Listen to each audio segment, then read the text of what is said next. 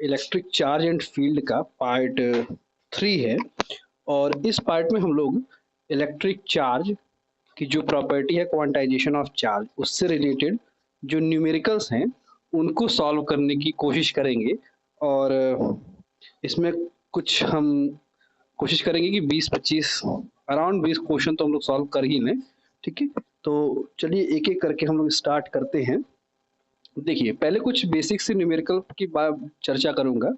तो उसमें पहला देखिए क्वेश्चन है कि calculate the number of electron in 1 coulomb of charge. ठीक है, तो क्वेश्चन ये है कि 1 कूलम चार्ज में नंबर ऑफ इलेक्ट्रॉन कितने होते हैं, और ये बहुत फेमस क्वेश्चन है, क्लास 10 से ही हम लोग लगाते हैं, फिर भी एक बार रिवीजन के लिए ट्राई कर लेते हैं। तो सिंपल सा फॉर्मूला, ऑब्वियस सी बात है, एक ही फॉर्मूला है, Q is equal to anywhere, Q is the amount of charge, N is the number of charge और E जो है चार्ज ऑन इलेक्ट्रॉन है। तो मुझे कितने कूलम चार्ज चाहिए, तो चार्ज है आपका 1 कूलम, हमें नंबर ऑफ इलेक्ट्रॉन कैलकुलेट करना है और ये इलेक्ट्रॉन पे चार्ज है, तो इलेक्ट्रॉन पे जो चार्ज होता है 1.6 into 10 to the power minus 19 coulomb. ठीक है, मैं यहाँ पे माइनस साइन नहीं लगा रहा हूँ क्योंकि हमें बस नंबर बताना है, और नंबर आप याद करिए कि ये इंटीग्रल मल्टीपल है पॉजिटिव नंबर्स के, तो ये नेगेटिव तो हो नहीं सकते, तो हमें सिर्फ और सिर्फ इलेक्ट्रॉन पे चार्ज का मैग्नीट्यूड लेना है। सो यहाँ से मैं कह सकता हूँ कि n इज इक्वल टू कितना हो जाएगा 1/1.6 into 10 to the power minus 19। तो यहाँ से हम कह सकते हैं कि n इज इक्वल टू, अच्छा ये याद रखिएगा, मैं आपको एक छोटा सा रिजल्ट देता चलूँ। ठीक है, याद रखिएगा ये नंबर आपको हमेशा याद रखना है कि 1/1.6 में जब डिवाइड करेंगे तो कितना आता है। बड़ा इंपॉर्टेंट रिजल्ट है क्योंकि बार बार आपको ये नंबर मिलेगा जरूर जब तक आप चार्ज और करंट इलेक्ट्रिसिटी पढ़ते रहेंगे। ठीक है, तो याद रखिएगा ये नंबर जो होता है डिवाइड करने पर ये आएगा 6.25 into 10 to the power minus 19।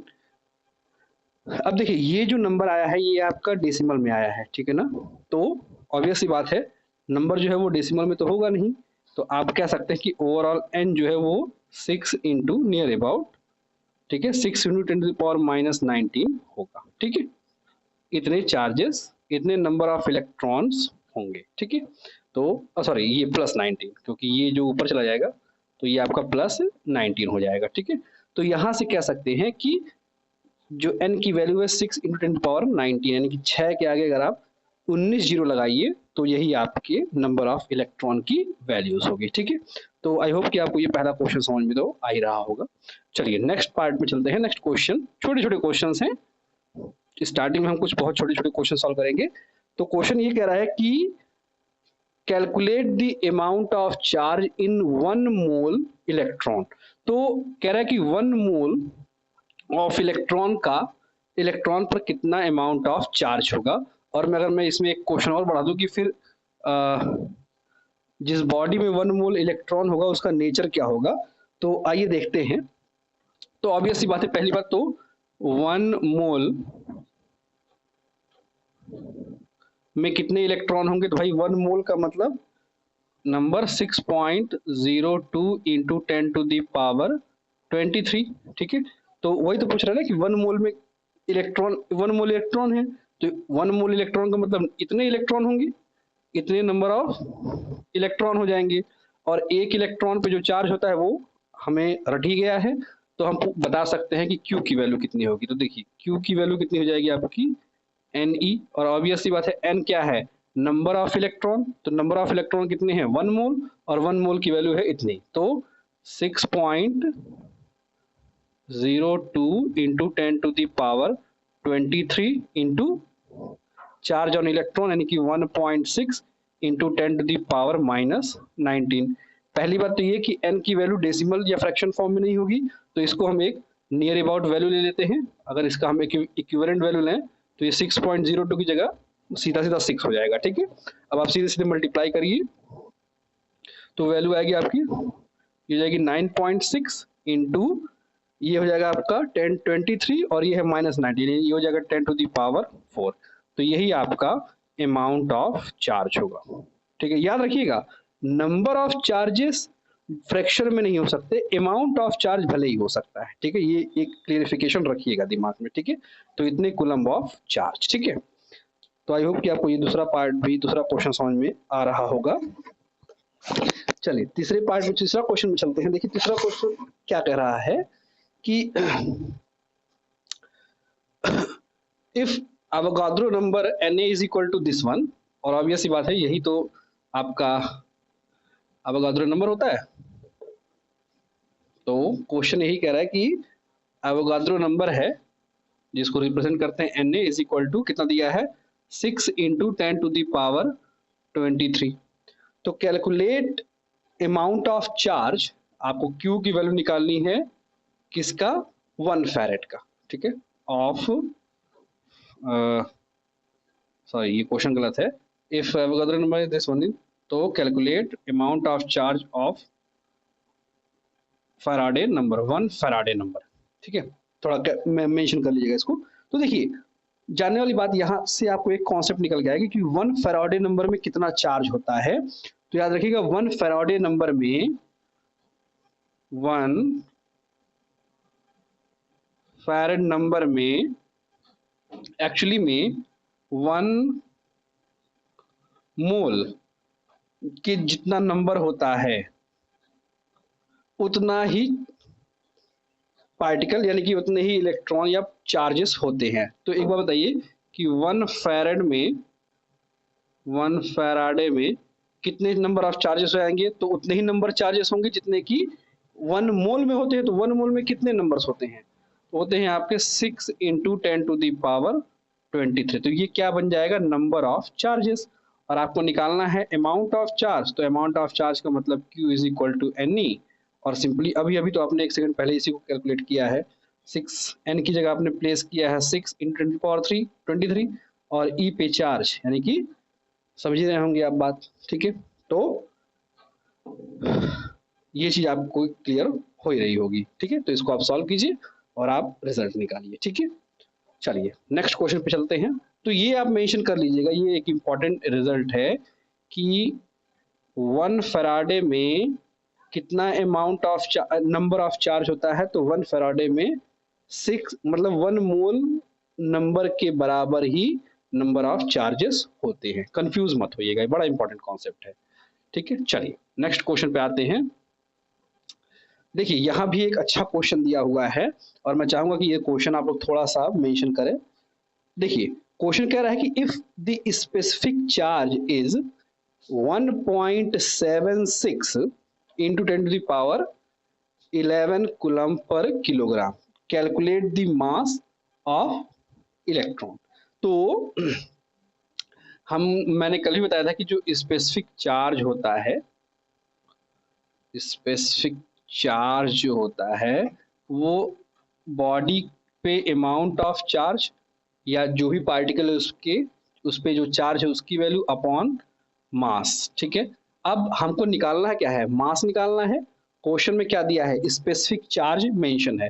तो स्पेसिफिक चार्ज की जगह हम लोग क्या रख सकते हैं, 1.76 इंटू 10⁻11 इज इक्वल टू, ये हमको पता होता है, ठीक है। तो ये वैल्यू होती है आपकी 1.6 इंटू 10⁻⁻19 कूलम अपॉन मास, ठीक है। अच्छा मैं यहाँ पे माइनस क्यों नहीं लिख रहा हूँ, इसके पीछे भी एक कारण है, क्योंकि देखिए मुझे निकालना क्या है, मास, और मास कभी भी नेगेटिव नहीं होता है। इसलिए जो चार्ज ऑन इलेक्ट्रॉन है उसका केवल और केवल हम मैग्नीट्यूड लेंगे, नेचर उसका हम नहीं लिखेंगे। तो इस तरह से मास की वैल्यू कितनी हो जाएगी भाई आपकी, 1.6 इंटू 10⁻⁻19 अपॉन 1.76 इंटू 10⁻11। आप बस इसको कैलकुलेट कर जाइए और वही आपका आंसर होगा। और एक्चुअली में इसको कैलकुलेट करने की जरूरत भी नहीं है, वो इसलिए क्योंकि यहाँ पे स्पेसिफिक चार्ज किसका दिया है, इलेक्ट्रॉन का, मास किसका पूछ रहा है, इलेक्ट्रॉन का। तो इलेक्ट्रॉन का मास तो भाई हमें एकदम रटा होता है, कितना होता है, तो 9.1 इंटू 10⁻31 किलोग्राम। तो आप इसको भी जब कैलकुलेट करेंगे तो आपको यही वैल्यू मिलेगी, ठीक है। तो आई होप कि ये कॉन्सेप्ट आपको समझ में तो आया ही होगा। चलिए एक अगले क्वेश्चन पे चलते हैं। अगला क्वेश्चन क्या कह रहा है देखिए।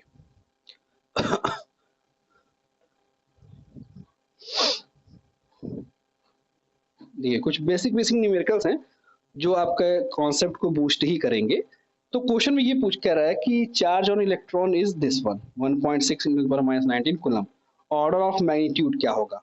तो ऑर्डर ऑफ मैग्नीट्यूड मतलब जो पावर है ना इसका, उसके बारे में पूछ रहा है। तो आप बताइए कि इसका ऑर्डर ऑफ मैग्नीट्यूड कितना होगा। तो ऑब्वियस सी बात है, इसका जो ऑर्डर ऑफ मैग्नीट्यूड होगा वो एक्चुअली में 10⁻⁻19 के बराबर होगा। ये है इसका ऑर्डर ऑफ मैग्नीट्यूड, यानी कि जो 10 टू द पावर जो भी कुछ है उसी के बारे में आपसे एक्चुअली पूछा था। यही आपका ऑर्डर ऑफ मैग्नीट्यूड है। सो बहुत सिंपल सी बात है, बहुत कुछ नहीं है। लेकिन फिर भी मैं थोड़ा सा अगर मैं इसको थोड़ा सा डिटेल में एक बार एक्सप्लेन करने की कोशिश करूं, तो आपको मैं समझाने की कोशिश करता हूं इसके बारे में। तो यहां से देखिए, अगर एक जनरल फॉर्मूला होता है, इसके सोल्यूशन के बारे में मैं अगर कहूं तो थोड़ा सा आप ध्यान दीजिएगा। तो क्वेश्चन में दिया है चार्ज इलेक्ट्रॉन पे चार्ज जो कि 1.6 इंटू 10⁻⁻19 है। ठीक है, एक जनरल फॉर्मूला होता है, आप चाहे तो लिख लें, वो होता है A0 प्लस 10⁻n। यदि याद रखिएगा, छोटा सा एक कॉन्सेप्ट है, यदि A0 की value less than greater than और इक्वल टू या लेस देन और इक्वल टू 1 to 5 है, तो जो ऑर्डर ऑफ मैग्नीट्यूड होगा वो 10 के पावर n के बराबर होगा।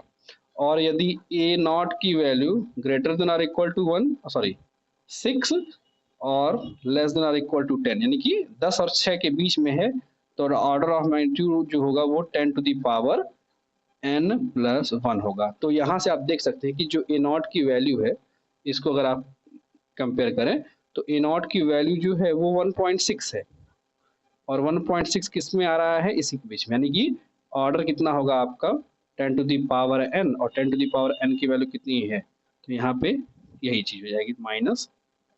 ठीक है, क्योंकि अगर आप कंपेयर करेंगे तो वही मिलेगा। क्लियर। तो ये आपका बेसिक सा सोल्यूशन है आपका। ठीक है, चलिए, तो ये तो कुछ बेसिक न्यूमेरिकल्स थे, आई होप कि इससे आपका थोड़ा बहुत कॉन्सेप्ट तो बूस्ट हुआ ही होगा, क्वेश्चंस को कैसे टैकल करना है। अब आगे कुछ और न्यूमेरिकल्स को हम लोग सॉल्व करते हैं। मैं क्वेश्चंस पढ़ देता हूँ, उसको ट्रांसलेट कर देता हूँ, और फिर मैं सीधे सीधे क्वेश्चन बोलता हूँ जो मेन बात है। तो क्वेश्चन ये है कि ओके, सो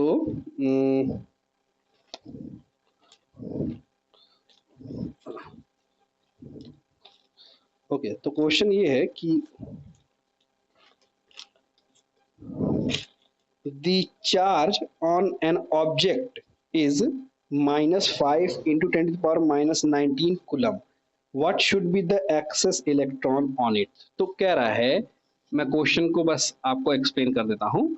कह रहा है कि एक ऑब्जेक्ट है, इस ऑब्जेक्ट पर जो चार्ज है वो है आपका -5 into 10 to the power -19 coulomb का। ठीक है, तो पूछ रहा है what should be the excess electron on it. तो पूछ रहा है कि इस बॉडी पे कितना एक्सेस इलेक्ट्रॉन है, मतलब कितना अपने नॉर्मल कंडीशन से। भाई नॉर्मल कंडीशन में होता तो इस पे तो कोई भी चार्ज नहीं होती, क्यों, क्योंकि इलेक्ट्रॉन और प्रोटॉन आपस में क्या होते हैं, बराबर होते हैं। लेकिन चूंकि जो अमाउंट ऑफ चार्ज है वो निगेटिव आ रहा है, और निगेटिव बताता क्या है कि जो ये बॉडी है वो निगेटिवली चार्ज है। और निगेटिव चार्ज किस वजह से होता है, तो मैंने कल के भी वीडियो में बताया था कि जब इलेक्ट्रॉन ज़्यादा होने लगते हैं तो बॉडी निगेटिवली चार्ज होने लगती है। तो यही पूछ रहा है कि कितना नंबर ऑफ चार्जेस, मतलब यहाँ से आपसे पूछ रहा है कि नंबर ऑफ कितना ज़्यादा चार्जेस इस पे आ गए हैं नॉर्मल कंडीशन। तो बहुत सिंपल सा क्वेश्चन है, बस सोल्यूशन में आपको क्या करना है, Q is equal to N ही है। Q कितना है इस पे, तो -5 into 10 to the power -19 is equal to N ही तो कैलकुलेट करना है, तो रहने देते हैं।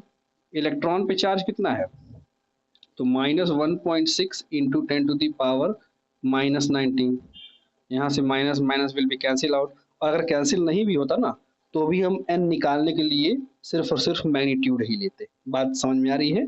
आप चाहें तो ऐसे भी कर सकते हैं कि चूंकि मुझे नंबर ऑफ चार्जेस निकालने थे तो नंबर ऑफ चार्जेस कभी भी नेगेटिव नहीं हो सकता, इसलिए अमाउंट ऑफ चार्ज का केवल हम मैग्नीट्यूड लेंगे और इलेक्ट्रॉन पे जो चार्ज है उसका मैग्नीट्यूड लेंगे। बट क्वेश्चन में चूंकि ऐसा दिया ही है कि ये आपस में ही कैंसिल हो जाएंगे, सो यहाँ से आप चाहें तो n की वैल्यू को कैलकुलेट कर लें। तो n कितना हो जाएगा 5 इंटू 10⁻⁻19 अपॉन 1.6 इंटू 10⁻⁻19। कैंसिल करिए, कैंसिल हो जाएगा आपका। ये कितना हो जाएगा आपका, तो अगर आप देखिए तो ये पॉइंट हटेगा तो यहाँ 10 से मल्टीप्लाई हो जाएगा, ये अराउंड 50 हो जाएगा। तो 50/16, तो अगर आप करेंगे तो 16 3 48 पॉइंट समथिंग आएगा। लेकिन मैंने भी बताया कि नंबर जो है, नंबर ऑफ इलेक्ट्रॉन, वो कभी भी डेसिमल में नहीं होंगे। तो 3 पॉइंट समथिंग की जगह हम क्या लिख देंगे, सीधे सीधे लगभग 3 इलेक्ट्रॉन। ठीक है, यानी कि 3 एक्सेस इलेक्ट्रॉन इस बॉडी पर है। ठीक है, आई होप कि आपको क्लियर हुआ होगा। चलिए नेक्स्ट क्वेश्चन पे चलते हैं। तो अगला क्वेश्चन ये कह रहा है कि चलिए सेम क्वेश्चन ही है। तो कह रहा है कि एक बॉडी है, ठीक है, same as it is question है, डिक्टो। क्वेश्चन कह रहा है कि एक बॉडी है जिस पर जो चार्ज है वो कितना है आपका, -1.92 इंटू 10⁻10, ओके, 10⁻10। ओके, तो आपसे पूछ रहा है वही क्वेश्चन कि बताइए कि इस बॉडी पर कितना नंबर ऑफ एक्सेस इलेक्ट्रॉन आ गया है। तो सिंपली बस इसी फॉर्मूले में रखेंगे हम। इस फॉर्मूले से अगर हम निकालें तो Q की वैल्यू कितनी हो जाएगी, सिंपली Q की वैल्यू -1.92 इंटू 10⁻10 अपॉन E की वैल्यू पता ही है, तो -1.6 into 10⁻⁻19 is equal to n हो जाएगा। ये खत्म हो जाएगा, ये ऊपर जाएगा तो कितना हो जाएगा आपका, तो कुल मिलाकर 1.92 अपॉन 1.6 इंटू ये ऊपर जाएगा तो 10⁻29 हो जाएगा। ठीक है, आप इसी को सॉल्व कर लीजिए तो आपको n की वैल्यू मिल जाएगी। क्लियर है? आई होप कि आपको समझ में आ रहा होगा। और अगर यहाँ पे मुझे लग रहा है क्वेश्चन में -10 रहा होगा आई थिंक, बट +10 है तो भी कोई प्रॉब्लम नहीं है, वो तो जैसा मैग्नीट्यूड दिया होगा उसी हिसाब से आपका आंसर आएगा। चलिए तो नेक्स्ट क्वेश्चन पे चलते हैं। अब नेक्स्ट क्वेश्चन क्या कह रहा है देखिए। ओके, सो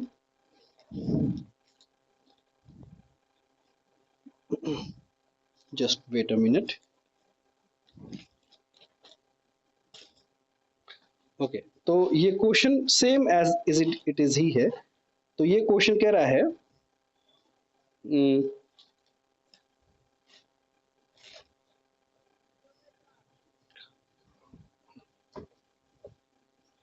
कि ड्रॉप ऑयल एक्सपेरिमेंट के दौरान ये पाया गया कि ड्रॉप की एक बूंद पर, ठीक है ना, ड्रॉप है, उस एक ड्रॉप पे जो इलेक्ट्रॉन, जो अमाउंट ऑफ चार्ज है, मतलब कहा गया ना ऐसे जब तेल गिराते हैं तो ड्रॉप एक एक बूंद पे गिरता है, तो ये पाएगा कि एक बूंद या एक ड्रॉप पे जो अमाउंट ऑफ चार्ज है वो 8.01 इंटू 10⁻⁻19 कूलम है। ठीक है, तो कह रहा है कि भाई बताइए कि पहली बात तो यही पूछ रहा है कि इस बॉडी में इलेक्ट्रॉन आए हैं या गए हैं, यानी इसका नेचर पूछ रहा है। पहली बात तो नेचर इस सेंस में ये पूछ रहा है कि भाई बताइए कि क्या इस बॉडी में इलेक्ट्रॉन आए हैं या गए हैं। तो आए होंगे तो क्या होगा, इस बॉडी पे नेगेटिव चार्ज होगा, और गए होंगे तो इस बॉडी पे पॉजिटिव चार्ज होगा। अब ये आप मुझे इसके बिहाफ पे बताइएगा कि इलेक्ट्रॉन आए हैं या इलेक्ट्रॉन गए हैं, इसका जवाब मैं नहीं देने वाला।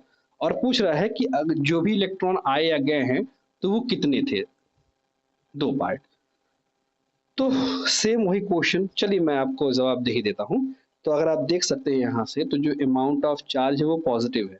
तो पॉजिटिव चार्ज किसी किसी बॉडी पे कब हो सकता है? जब उसमें इलेक्ट्रॉन जो हैं निकल गए हो, यानी इलेक्ट्रॉन कम हो गया हो और प्रोटॉन ज़्यादा हो गया हो, तो तभी तो बॉडी पॉजिटिव चार्ज होगी। तो यहाँ पे जो मैग्नीट्यूड दिया है वो भी पॉजिटिव दिया हुआ है, इसका मतलब ये बॉडी जो है वो पॉजिटिवली चार्ज है। दूसरा कि जो नंबर ऑफ इलेक्ट्रॉन, तो ये तो आप निकाल ही सकते हैं क्योंकि अभी अभी आपने फॉर्मूला पढ़ा है Q is equal to N E से, बस। तो यहाँ से आप एन की वैल्यू कैलकुलेट कर लें यहाँ से, वो मैं अभी नहीं बताऊंगा, अब आप निकालिए Q अपॉन ई पे, दैट्स ऑल, यहीं से आप कैलकुलेट कीजिए, ठीक है। चलिए नेक्स्ट क्वेश्चन क्या कह रहा है। ओके, तो आगे बढ़ते हैं।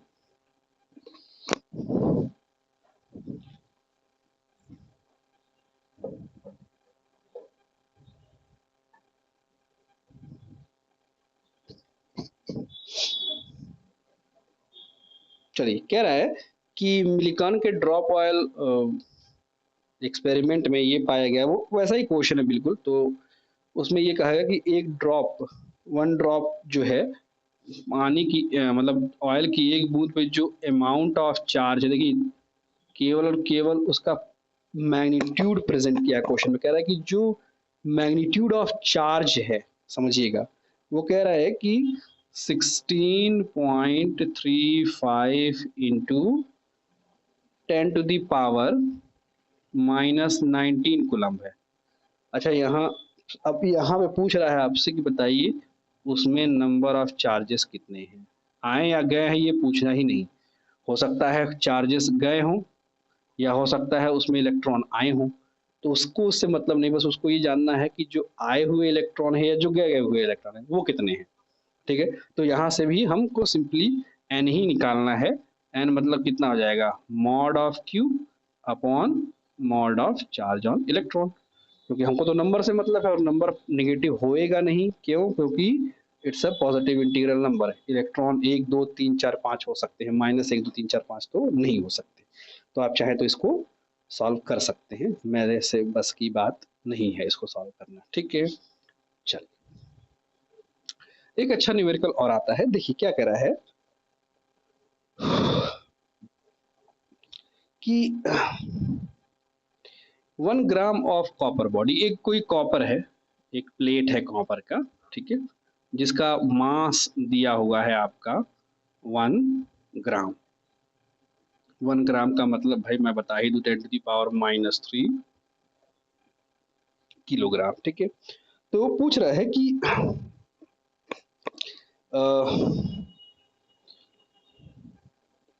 ये कह रहा है कि एक बॉडी है, एक कॉपर की बॉडी है, जिसका मास जो है 1 ग्राम है, यानी कि 10 to the पावर -3 ग्राम है।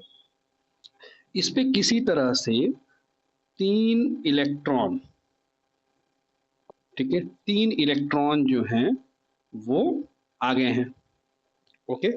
तो पूछ रहे भाई कि अब नेचर इसका कैसा होगा।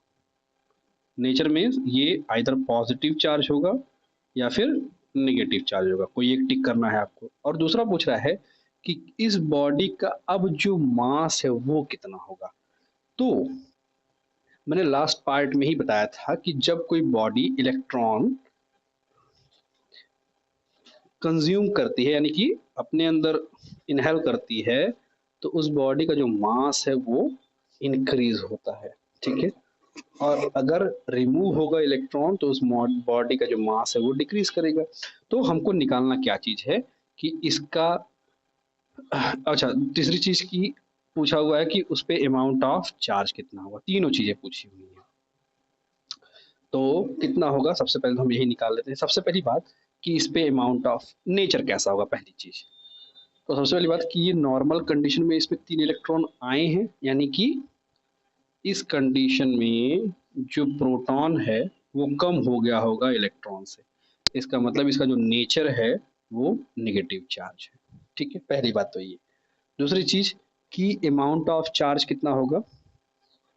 तो अमाउंट ऑफ चार्ज ऑब्वियस सी बात है Q is equal to N E होगा।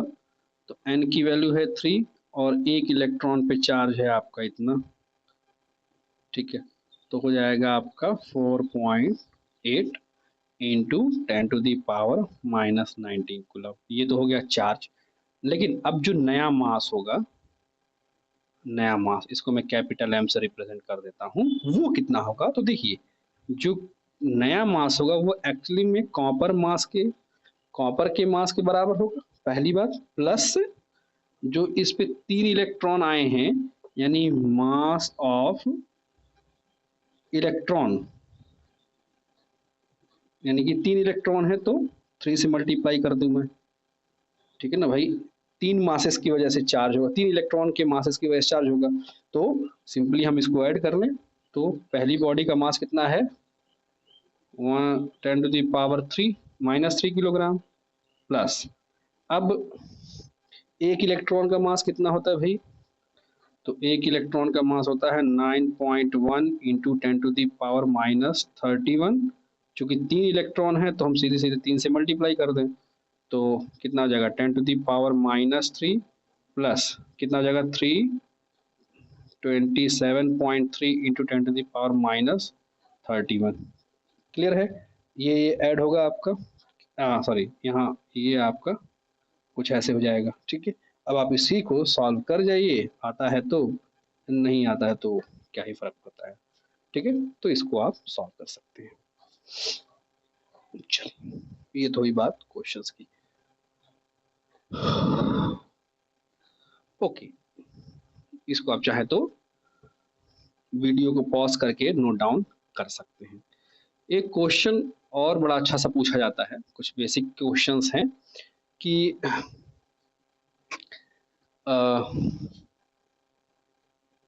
वो ये है कि what is quantization of charge. बड़ा फेमस क्वेश्चन है और लगभग लगभग आपको हर एक बुक में मिल जाएगा।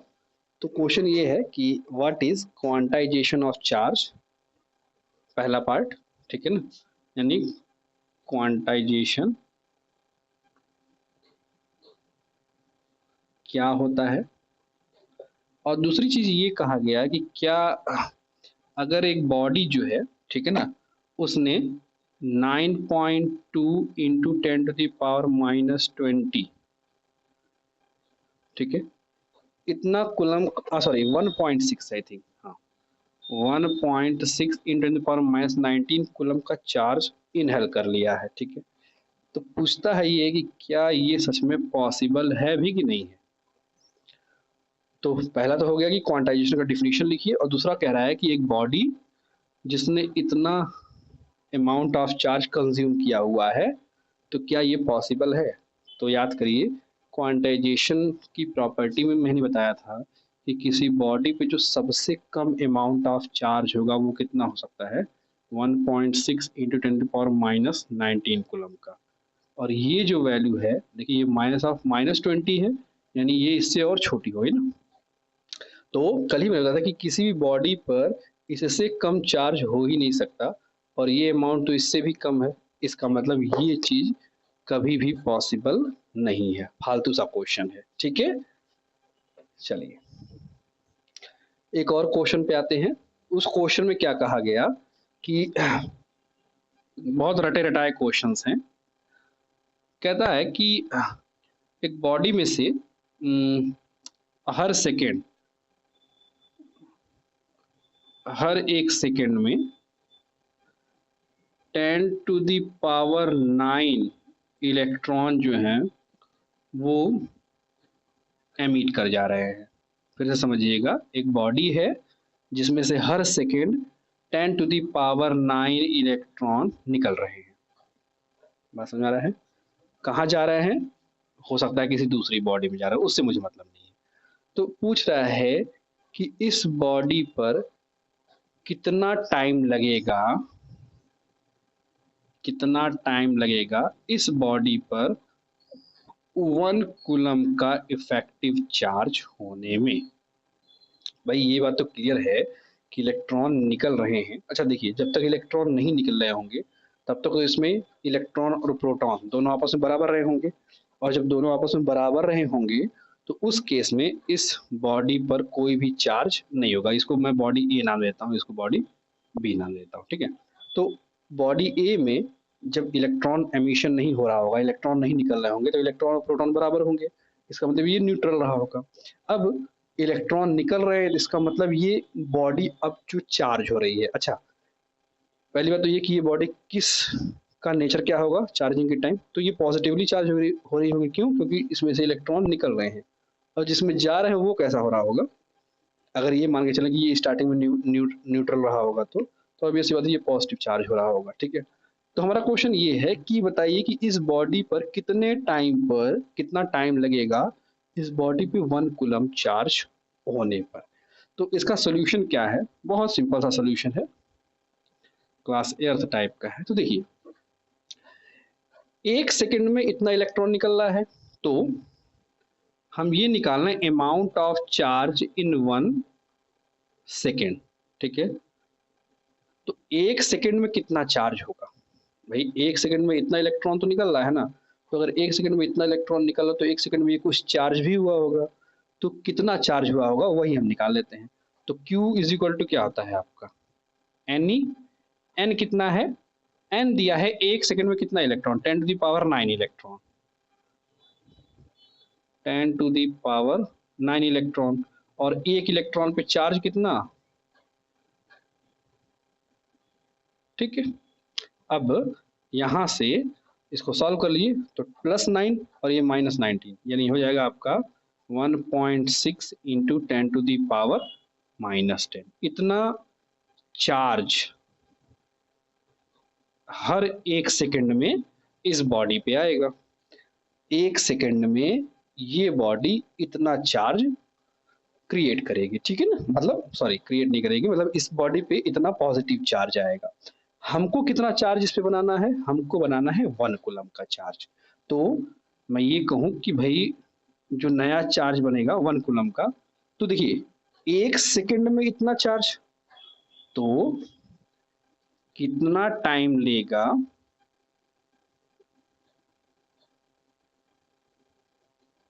1 कूलम चार्ज होने में? तो 1 कूलम का मतलब कितना हो जाएगा, टी की वैल्यू निकालनी है, और हर 1 सेकेंड में कितना चार्ज हो रहा है आपका, तो 1.6 इंटू 10⁻⁻10। समझ आ रही बात? 1 सेकेंड में इतना चार्ज, तो कितने सेकेंड में 1 कूलम चार्ज? ये वही बात हो गई कि आई थिंक आप समझ तो रहे ही होंगे, मैं एक्स्ट्रा क्या समझाऊं। ये बिल्कुल वैसे ही बात है कि 1 सेकेंड में 10 कदम, ठीक है, तो 100 कदम चलने के लिए मुझे कितना टाइम लगेगा, तो 100 कदम इज इक्वल टू कितना आ जाएगा, कितना टाइम, और 1 सेकेंड में 10 कदम, बस। तो टी से सीधी सीधी मल्टीप्लाई या डिवाइड कर दीजिए तो आपका आंसर आ जाएगा 10, जो भी आएगा। ठीक है ना, सेम वैसा ही क्वेश्चन, तो यहाँ भी हमको वही काम करना है। तो सिंपली इसको भी हम क्या करें, you will get t is equal to what, 1/1.6 into 10⁻⁻10। ठीक है, तो t is equal to हो जाएगा 1/1.6 into 10⁻10। अब ये आ जाएगा आपका, देखिए मैंने अभी बताया था ना कि इसकी जरूरत आपको पड़ेगी, तो कितना हो जाएगा 6.25 into 10⁻10। इतना सेकंड का टाइम लगेगा। अब आप चाहें तो इसको मिनट में, आवर में, घंटों, दिन में, हफ्तों में, महीनों में या सालों में कन्वर्ट कर लें। तो एक चीज याद रखिए, बहुत रटा रटाया आंसर है, और बहुत लोग ही, आप बहुत नेट पे वायरल पे मिल जाएगा कि इतने सेकंड में कितना साल होता है। तो याद रखिएगा अप्रॉक्सीमेटली 198 ईयर होते हैं, 198 साल लगेंगे इस एक बॉडी को 1 कूलम चार्ज एक्वायर करने में। ठीक है, तो ये एक बहुत रटे रटाए क्वेश्चंस होते हैं जिसका आपको यूज समझ में आना चाहिए। मतलब ये है कि आपको मैथमेटिकल कैलकुलेशन के लिए ये सब क्वेश्चंस दिए रहते हैं, वैसा कोई बहुत खास इसका यूज तो नहीं है। ठीक है, चलिए, तो इसके अलावा मैं कुछ आपके सामने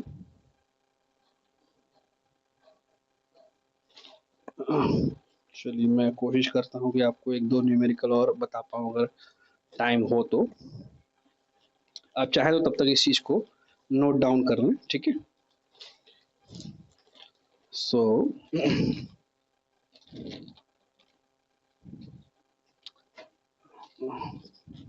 चलिए एक को छोटा सा क्वेश्चन एज इट इज ही है। ये क्वेश्चन कह रहा है कि मैं इसको थोड़ा सा इरेज कर देता हूँ। ये क्वेश्चन कह रहा है कि एक बॉडी 1 किलोग्राम की है, 1 किलोग्राम की एक बॉडी है, ठीक है। तो पूछ रहा है कि इस बॉडी में, सॉरी 1 किलोग्राम की एक बॉडी है, इस बॉडी में, अच्छा ये क्वेश्चन मैं आपको होमवर्क के लिए दे रहा हूँ, सोचिएगा। मैं एक बार क्वेश्चन समझा दे रहा हूँ। कह रहा है कि एक किलोग्राम की एक बॉडी है, न्यूट्रल कंडीशन में है। अब किसी तरह से इस बॉडी में हर सेकेंड, 1 सेकेंड में 10 to the power, sorry 2 × 10⁴ electron आ रहे हैं। बात को ध्यान से सुनिएगा। पहले सेकेंड में 2 × 10⁴ इलेक्ट्रॉन आ रहे हैं, और अगले सेकेंड में नेक्स्ट 1 सेकेंड में 1 × 10⁵ इलेक्ट्रॉन जो है वो निकल जा रहे हैं। बात समझ में आ रहा है? क्वेश्चन है तो बहुत सिंपल सा क्वेश्चन, लेकिन बस वही थोड़ा सा घुमा दिया है। तो ये पूछ रहा है कि बताइए आफ्टर 1 आवर, 1 घंटे के बाद ये जो बॉडी है इसका नेचर कैसा होगा। नेचर मीन्स क्या ये बॉडी उस समय पॉजिटिव चार्ज होगी या नेगेटिव चार्ज होगी। और दूसरी चीज ये पूछ रहा है कि अमाउंट ऑफ चार्ज कितना होगा।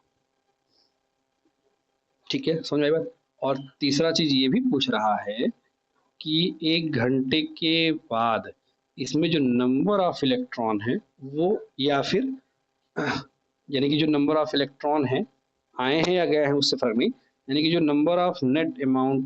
नेट नंबर ऑफ चार्जेस हैं, प्रोटॉन या इलेक्ट्रॉन, वो कितने होंगे इस पे। तो आप इस क्वेश्चन को वर्क में जरूर कीजिएगा, बड़ा इंपॉर्टेंट, बड़ा अच्छा क्वेश्चन है तो बहुत इजी, बट करिएगा जरूर। तो मैं उम्मीद करता हूँ कि चार्ज से रिलेटेड जो बेसिक क्वेश्चंस हैं वो आपको समझ में आ ही गए होंगे। तो नेक्स्ट पार्ट में अब हम लोग स्टार्ट करेंगे इलेक्ट्रोस्टैटिक्स, ठीक है, यानी कि चार्ज की प्रॉपर्टीज को डिस्कस करेंगे। आगे पूरा का पूरा इलेक्ट्रोस्टैटिक्स इसी पे डिपेंडेंट है, जिसमें हम electric field theory, electrostatics force के बारे में डिस्कशन करेंगे। सो तब तक के लिए आप इसको सॉल्व करिए, एंड आई होप कि आपको ये सारी चीज़ें अब समझ में आ रही हैं। और अगर आपकी कोई क्वेरी हो या कोई सुझाव हो तो आप मुझे ज़रूर बताएं, ठीक है। Thank you.